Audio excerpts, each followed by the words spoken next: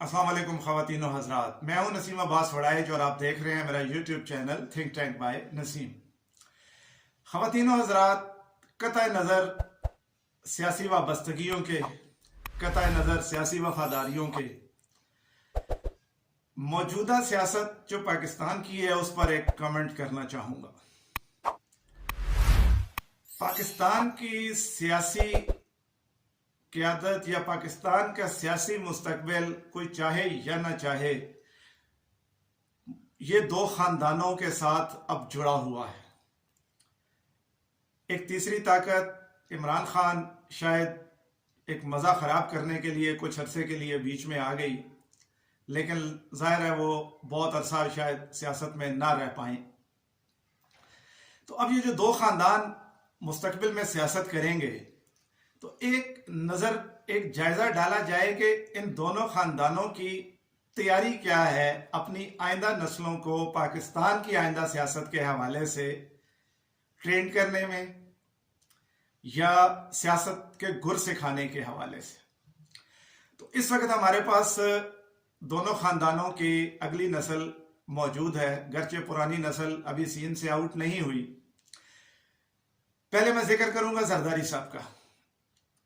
जरदारी साहब का खुद तो सियासी माजी जो है वो कोई बहुत लंबा चौड़ा नहीं है।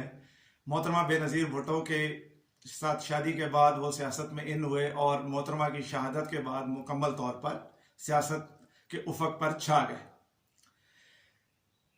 अपने 3 औलादों में से 2 की सियासी तरबियत जरदारी साहब कर रहे हैं या मोहतरमा किसी हद तक करके गई थी, बिलावल भुट्टो और आसफा भुट्टो। इस वक्त अगर हम देखें कि इस सिनारियों में जरदारी साहब भी ज़ाहिर है यही चाहते हैं कि उनका लख्ते जिगर वजीर आज़म पाकिस्तान बने, और ज़ाहिर है वो इसीलिए सियासत में है। तो उन्होंने पहले बिलावल भुट्टो को असेंबली में पहुंचाया, अब वजारत खारजा दिलवा कर पूरी दुनिया में बिलावल भुट्टो साहब का एक इमेज कायम किया जा रहा है। बिलावल ने काफ़ी मुल्कों का दौरा किया, ट्रेनिंग भी हो रही है, जबकि इंटरनेशनल कम्युनिटी के साथ रवाबित भी बनाए जा रहे हैं और अपने आप को ना सिर्फ ये कि पाकिस्तानी इस्टेब्लिशमेंट बल्कि इंटरनेशनल इस्टेब्लिशमेंट या इंटरनेशनल कम्युनिटी के लिए भी काबिल कबूल बनाया जा रहा है। सियासत में अगर इन रहना है तो कतई नज़र के आपको जरदारी साहब से कितने इख्तलाफ हों, जरदारी साहब के पॉइंट ऑफ व्यू से सोचें तो वो एक बेहतरीन स्ट्रेटेजी के साथ अपनी अगली नस्ल को सियासत में प्रॉपरली इन कर रहे हैं या पेनिट्रेट कर रहे हैं। इस हवाले से जरदारी साहब के विजडम की तारीफ भी करनी पड़ेगी और उनके इस तरीक़े कार को मानना पड़ेगा, क्योंकि अगर जाहिर है इस मुल्क की क़यादत करनी है, वज़ारत उज़्मा हासिल करनी है, तो फिर आपने जाहिर है कोई नालियां पकी नहीं करानी, किसी को गालियां दे के सिर्फ काम नहीं चलना, मुल्क को चलाना भी है। और मुल्क को चलाने के लिए आपको जहां एक तरफ इंटरनेशनल लेवल का इंटेलेक्चुअल लेवल चाहिए होता है, वजारत खारजा उसकी बेहतरीन सीढ़ी है। जितना आप खारजा अमूर में एक्सपर्ट होंगे, आप शायद एक अच्छे हुक्मरान साबित हो सके, क्योंकि आप इंटरनेशनल कम्युनिटी के साथ अच्छे रवाबित रख सकेंगे। लोकल पॉलिटिक्स के डायनामिक्स कुछ और है। अब आते हैं दूसरी तरफ है शरीफ खानदान।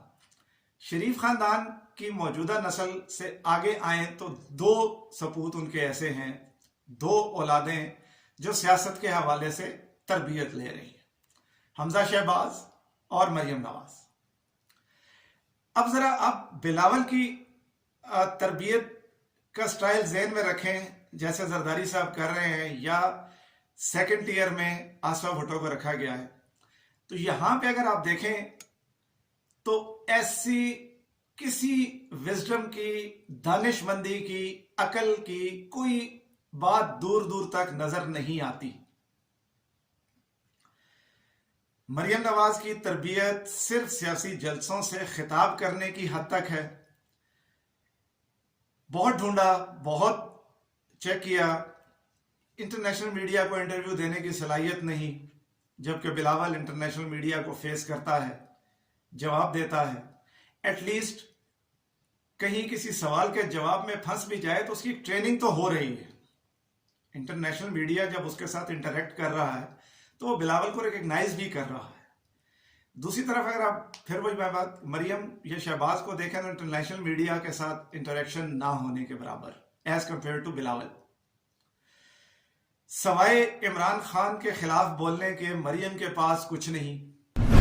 کیا یہ وہ تربیت کافی ہے جو پاکستان میں ایک وزیر اعظم بننے کی ٹریننگ یا وزیر اعظم بننے کی مستقبل کی امیدوار کے لیے ضروری ہو؟ آپ میں سے اگر کوئی میری رہنمائی کر سکے کہ خارجہ پالیسی پر، معاشی محاذ پر یا کسی طرف بھی مریم کا کوئی اپنا ویژن ہو، ناپید. وجہ ٹریننگ نہیں ہے. آپ نے ڈائریکٹ جمپ لگایا اور مسلم لیگ نون کی سلیکٹڈ نائب صدر بن گئی.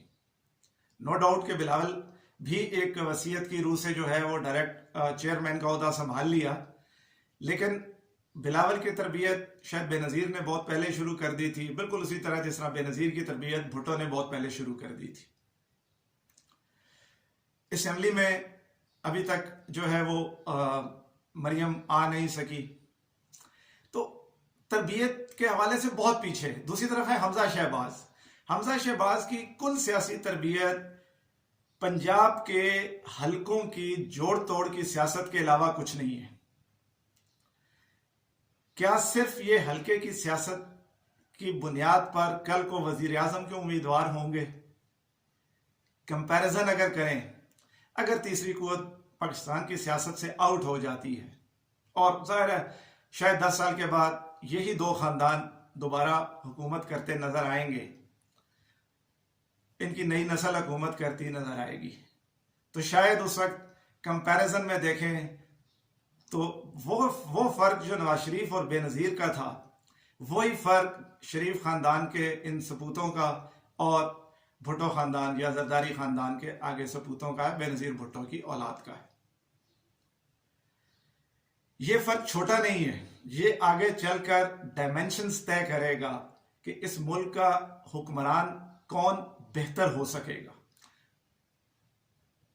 میرا ووٹ آج کے حوالے سے اگر ان دونوں پارٹیوں کی اگلی نسل کی تربیت کے حوالے سے دیکھوں تو شاید اس وقت میرا ووٹ پیپلز پارٹی کی طرف ہو، اور شاید میں اپنے بچوں کو بھی جو ہے وہ اسی طرف قائل کر رہا ہوں، بشرطے کہ کوئی عمران خان جیسی تیسری قوت بیچ میں نہ آئے جو سٹیٹس کو چیلنج کرتی ہو.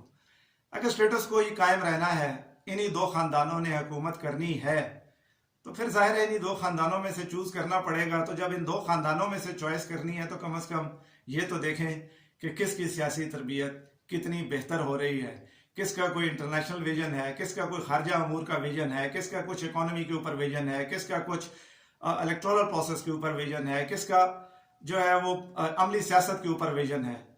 تو افسوس سے کہنا پڑتا ہے کہ شریف خاندان اس حوالے سے انتہائی بانجھ ہے، جبکہ زرداری صاحب شطرنج کی چالوں پر بہت دور تک کی نظر رکھتے ہیں. مستقبل میں کیا ہوگا یہ تو اللہ ہی بہتر جانتا ہے. ہم آج کے حالات کو سامنے رکھ کر ہی کچھ نہ کچھ پریڈکٹ کر سکتے ہیں، کچھ کمٹ کر سکتے ہیں، کچھ اینالائز کر سکتے ہیں. جو ہو پاکستان کے لیے بہتر ہو. اللہ تعالیٰ میرا، آپ کا، ہم سب کا حامی و ناصر ہو. پاکستان زندہ باد.